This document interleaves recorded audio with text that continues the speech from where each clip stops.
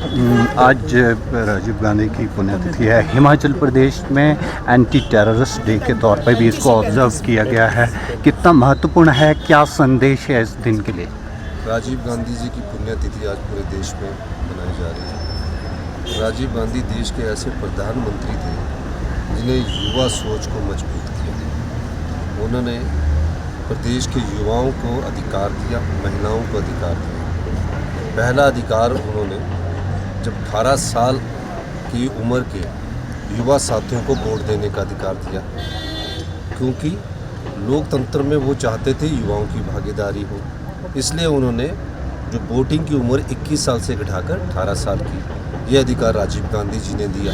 उसके बाद महिलाओं को 73वां और 74वां संविधान संशोधन बिल लेकर महिला रिजर्वेशन की बात की और पहली बार देश में 33% का आरक्षण राजीव गांधी जी की सोच, राजीव गांधी जी की विचार से निकला हुआ है, जिसके कारण आज पंचायती राज संस्थाओं में महिलाओं को 33% से बढ़ाकर, जब Sonia Gandhi ji CP Congress parliament party की अध्यक्षा बनी तो उसको बढ़ाकर 50% किया। आज चुनाव हो रहे हैं। एक सोच थी। और जो आईटी इंडस्ट्रीज़ आई है, सुपर कंप्यूटर जब अमेरिका ने देने से मना कर दिया तो उन्होंने कहा था 21वीं शताब्दी आईटी में हिंदुस्तान की होगी, और वो उसका परिणाम ये है कि आज बहुत सारी विदेशी मुद्रा जो है, जो आईटी में हमारे इंजीनियर बाहर जाकर पूरे विश्व को आईटी की संचार क्रांति के रूप में अग्रणी बना रहे हैं। उसमें सबसे बड़ा योगदान राजीव गांधी जी की सोच का था। सब योजनाओं को राजीव गांधी जी ने दिया और युवाओं की सोच को आगे बढ़ाकर उन्होंने ये योजनाएं लाई। उनके सेक्रीफाइस को लेकर आज हिमाचल प्रदेश में सभी जगह शपथ ली गई है एंटी टेररिस्ट डे के तौर पर मनाया। राजीव गांधी जी और उनकी माता जी श्रीमती इंदिरा गांधी जी, अगर इस देश में दो प्रधानमंत्रियों ने किसी ने कुर्बानी दी है तो उस उग्रवाद के वो शिकार हुए, और उन्होंने दो देश के दो कांग्रेस पार्टी के दो प्रधानमंत्रियों ने, माता जी ने भी और बेटा जी ने भी अपनी कुर्बानी दी है। तो एंटी टेररिस्ट डे के रूप में आज हमने सब जगह शपथ। शिमला में जो विकास हो रहा है उसको आज आपने स्थिति मॉनिटरिंग भी की? शिमला का मैं ये जो रोड चौड़े हो रहे हैं तो कई जगह अंडरपास बनाया जाए और कंक्रीट की तरह, जैसे कि पिछली भारतीय जनता पार्टी ने संजौली का नक्शा बिगाड़ दिया, पूरा कंक्रीट के पुल बना दिए। मैंने कहा कि अंडरग्राउंड बनानी है, अंडरपास बनाएंगे। तो अभी हम इस सारी दृष्टिकोण से आपने देखा होगा कि डक्ट का निर्माण हो रहा है, और आईजीएमसी के पास भी मैंने एक अंडरपास बनाने का निर्देश दिया है, ताकि जो मेडिकल कॉलेज के हमारे स्टूडेंट्स हैं वो उनके जो लेक्चर थिएटर पार्किंग क्रॉस करके बनेंगे, तो उसको भी हम अभी कर रहे हैं। और शिमला में अंडरपास बनाने की जरूरत है हम, ताकि डीकंजेस्ट कर सकें और शिमला को सुंदर बना सके, ताकि पर्यटक यहाँ आ सकें। सर, शिक्षा के क्षेत्र में जो हिमाचल छठे रैंक पे आया है, किस तरह से देखते हैं? क्या देखिए, 2021 में जब भारतीय जनता पार्टी की सरकार थी, केंद्र में भी भारतीय जनता पार्टी की सरकार थी, तब डबल इंजन की सरकार बोलते थे। डबल इंजन की सरकार ने क्या किया? प्रदेश की गुणात्मक शिक्षा को 21वें स्थान पर पहुंचाया। यानी कि जो सरकारी स्कूल में पढ़ने वाले बच्चे थे वो 5वीं की क्लास में होकर दूसरी की किताब नहीं पढ़ सकते थे। हमने शिक्षा में सुधार किया, पहली कक्षा से इंग्लिश मीडियम स्टार्ट किया, सीबीएसई स्कूल स्टार्ट किए, और जो हमारे ट्रेंड और एजुकेटेड टीचर थे, पढ़ने लिखाने में वो कंपटीशन के थ्रू आए, उन्होंने इसमें बहुत, टीचर और अध्यापकों ने इसमें बहुत बड़ा योगदान दिया। आज हम पूरे देश में छठे स्थान पर आए और हम गुणात्मक शिक्षा में और आगे स्थान पर जा रहे हैं। हमारा उद्देश्य छठे स्थान पर ना रहकर पहले स्थान पर पहुंचना है, और हम शिक्षा नीति में महत्वपूर्ण बदलाव करके आगे बढ़ रहे हैं। सर, जिस तरह से आपने कहा राजीव गांधी ने पीआरआईज़ में जो रिजर्वेशन दिया वो महत्वपूर्ण था। पंचायती राज जो चुनाव हो रहे हैं, रिसेंटली जो यूएलबीज़ के परिणाम आए हैं, उसमें दोनों कांग्रेस और BJP claim and counter claims कर रहे हैं हमारी विजय हुए। आपकी सरकार के लिए ये रिजल्ट्स कितने इम्पोर्टेंट हैं, और पंचायत के चुनाव में आप क्या देख रहे हैं? पहले तो भारतीय जनता पार्टी जिस चीज़ को क्लेम कर रही है उसका स्पष्टीकरण नहीं मिल पा रहा। मैं आपको स्पष्टीकरण देता हूँ। चंबा के 3 यूएलबीज़ के चुनाव आए, तीनों में कांग्रेस पार्टी ने जीत हासिल की। कांगड़ा के 6 यूएलबीज़ के चुनाव आए, 6 में यूएलबी के चुनाव नगर पंचायत और नगर परिषद की हुए, 6 और 3 9 जगह आ गई। उसके बाद मंडी में सुंदरनगर और जोगिंदरनगर को छोड़कर मंडी में हमारे नेर चौक, रिवालसर और करसोग में तीनों जगह कांग्रेस पार्टी ने जीत हासिल की। 9 और 3 12 हो गए। अब मैं आपको बताता हूँ कुल्लू में मनाली में हम आ रहे हैं। मनाली के बाद हमारे यहाँ निर्मन, मानी और बंजार हमने तीनों जगह सीटें हासिल की और कुल्लू में, प्रॉपर कुल्लू में हम बराबर पर है, उसको हम गिन नहीं रहे। 3 उनके 3 उनके और फिर इंडिपेंडेंट है, तो हम उनको गिन नहीं रहे। एक इसी तरह हमारे 12 और 3 15 हो गया। आपको मैं इसलिए गिनाना चाह रहा हूँ। उसके बाद उन्ना में उन्होंने क्लेम किया, उन्ना में दौलतपुर चौक में हम जीते और हम आपके अम्ब में जीते, तो 15 और 2 17 ये ULBs होगी।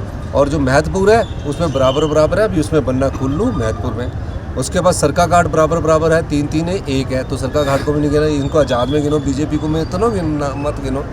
उसके बाद आप आ जाइए सोलन में हम सारी जगह हमारा चुनाव ठीक नहीं रहा। बिलासपुर में हमारा सारी जगह चुनाव ठीक नहीं रहा। फिर सिरमौर आ जाइए, सिरमौर में हमने राजगढ़ में पूरा जीता और पौंटा में जीते। और उसके बाद हम सिर्फ सोलन नगर परिषद में हम 6 और 7 आए, तो वहाँ भी हमारी 2 लगा लीजिए, 18 और 2 20 हो गए। उसके बाद आप शिमला आ जाइए, 17 और 2 19 हो गए। शिमला में आ जाइए, शिमला में हमारे कोटखाई में ठीक नहीं रहा और थोड़ा सा रामपुर में ठीक नहीं रहा, लेकिन ठियोग में हम बराबर रहे, उसको हम अपने में नहीं गिन रहे। लेकिन चिड़गांव, नेरवा, चौपाल, जुब्बल, नारकंडा 5 सीटों में हमारे 25 LBs तो होगी 47 में से 4-5 जगह जो है बराबर है। तो बीजेपी को 16 ULBs में हुई। नगर पंचायत के चुनाव हालांकि चुनाव चिन्ह पर नहीं हुए थे, चुनाव चिन्ह पर चुनाव जो हुए सिर्फ शिमला धर्मशाला म्यूनसिपल कॉरपोरेशन में हुए, हमारा मंडी म्यूनसिपल कॉरपोरेशन में हुए और पालमपुर म्यूनसिपल कॉरपोरेशन में हुए और सोलन म्यूनसिपल कॉरपोरेशन। उसका परिणाम 31 को आ जाएगा, लोगों को पता लग जाएगा। लोग भारतीय जनता पार्टी को वोट क्यों डालें? सरकारें तो आती है जाती, क्यों डालें भारतीय जनता पार्टी को वोट? आपदा में वो आपदा प्रभावित परिवारों के साथ 1 बीघा जगह वो केंद्र से हमें दिला नहीं सकते। 1500 करोड़ रुपया जो मोदी जी के पास है उनके पास जाकर वो हमें दिला नहीं सकते। आप बताइए, RDG उन्होंने बंद कर दी, मनरेगा उन्होंने बंद कर दी, मनरेगा बंद हो चुकी है। तो ये बीजेपी को हिमाचल के लोग वोट क्यों डालें? हमें इसलिए डाल रहे हैं कि हमने ओल्ड पेंशन स्कीम दी, शिक्षा के स्तर में हमने सुधार किया, हमने हेल्थ में सुधार किया।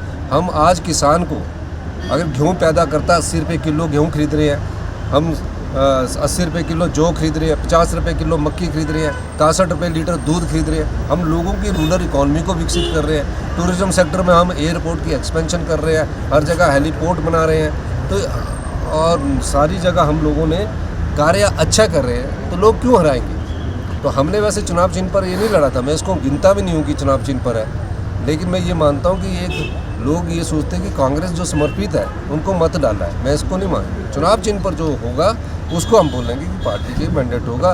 वैसे पंचायत के चुनाव हम चुनाव चिन्ह पर नहीं लड़ रहे हैं, जो भी इसमें जीतेगा हम उनको पंचायत के लोकतंत्र को मजबूत करने के लिए। आप इसको शुभ संकेत मानते हैं 2027 के लिए? बहुत शुभ संकेत मानते हैं। 3.5 साल में हमारे लोगों के बीच में रहे, पर इसको हम ये नहीं आंकलन कर सकते कि अगले चुनावों में हम इसमें कोई होगा। अगले चुनाव हमारे और 1.5 साल की परफॉर्मेंस पर डिपेंडेंट करेंगे कि हम अच्छा कार्य करेंगे। कोई भ्रष्टाचार का चार्ज हमारे किसी मंत्रिमंडल पर नहीं लगा है, तो हम जो अच्छा काम करेंगे तो लोग उसके बाद हम जनता के पास जाएंगे। अब मैं ये इसलिए कह रहा हूँ कि पिछली बार जिला परिषद में 10 जगह भारतीय जनता पार्टी थी 2022 से पहले, तो उसमें क्या हुआ? विधानसभा में हमें समर्थन दिए, लेकिन नगर परिषद और में जो समर्थन आया और नगर निगम में जो समर्थन मिलेगा उसके आधार पर हम अपना आकलन कर सकते हैं। सर राहुल गांधी को नितिन नवीन ने सर एक तो कहा राजनीति के राहु है, और दूसरी बात उन्होंने ये कही कि वो अराजकतावादी सोच रखते हैं क्योंकि उन्होंने प्रधानमंत्री और अमित शाह और RSS को गद्दार कहा है। ये तो अब दिल्ली में पूछिए। वैसे एक मैं बात हूँ, राहुल गांधी जी ओपोजिशन पार्टी के लीडर हैं, वो सबसे ज़्यादा मुद्दे उठा रहे हैं, सच्चाई बोल रहे हैं, तो तकलीफ़ तो होती है, तो उनको तकलीफ़ हो रही है, क्योंकि सच्चाई जब जनता के बीच में आ रही है तो उनको तकलीफ़ होती है। जिस तरह से हम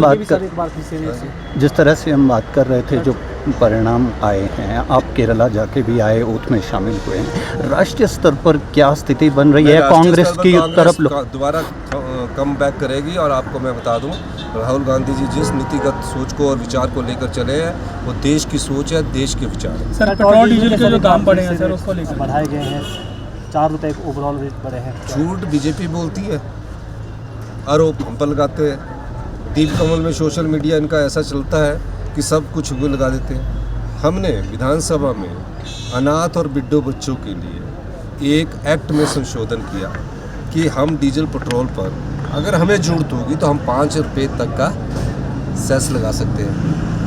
हमने एक्ट पास किया, लगाया नहीं है, लेकिन उन्होंने बोला 5 रुपये बढ़ा दिए, 5 रुपये बढ़ा दिए। झूठी पार्टी है ये तो, बड़ी अब क्या हुआ, हमने तो बढ़ाया नहीं, उन्होंने 3 रुपये 90 पैसे बढ़ा दिए। वो किस लिए बढ़ाए?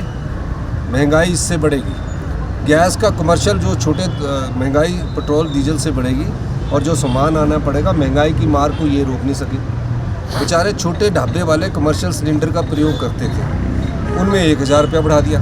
कितने हिमाचल प्रदेश में ढाबे वाले हैं, चाय बनाते हैं बेचारे, पोल्यूशन को बचाते हैं, पेड़ नहीं काटते, तो लकड़ी के चूल्हे में भी बना सकते थे, नहीं कर रहे हैं। हिमाचल प्रदेश के हित में कर रहे हैं, तो क्यों कर रहे हैं कि ये कमर्शियल सिलेंडर 1000 रुपया बना दिया। अब चाय वाले को बेचारे को पैसा क्या बचेगा?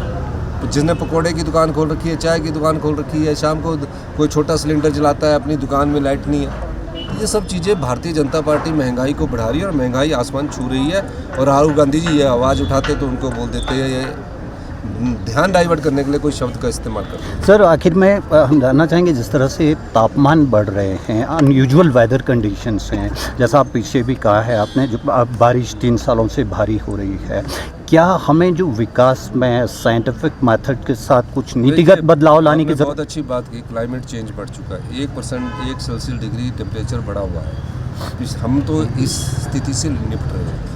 मैंने पिछली बार होम मिनिस्टर साहब से कहा था, उन्होंने एक IIT की टीम और साइंटिफिक लोगों की टीम बनाई है, वो स्टडी कर रही है। हम अपने साइंटिस्टों को भी कहा कि इसकी स्टडी कीजिए। जैसे आज बहुत तेज़ गर्मी पड़ रही है, बारिश बहुत हो रही है, तो ये सब टेम्परेचर बढ़ने के कारण हो रहा है, जिसका नुकसान प्रदेश पिछले 3 साल से सहन रहा है। तकरीबन 15 से 20 हज़ार करोड़ रुपये का नुकसान हो रहा है। तो हम इन सब चीज़ों की स्थिति को पूरे देश को मिलकर लड़ना पड़ेगा, और हमें इस स्थिति का निपटान करने के लिए आगे बढ़ना पड़ेगा।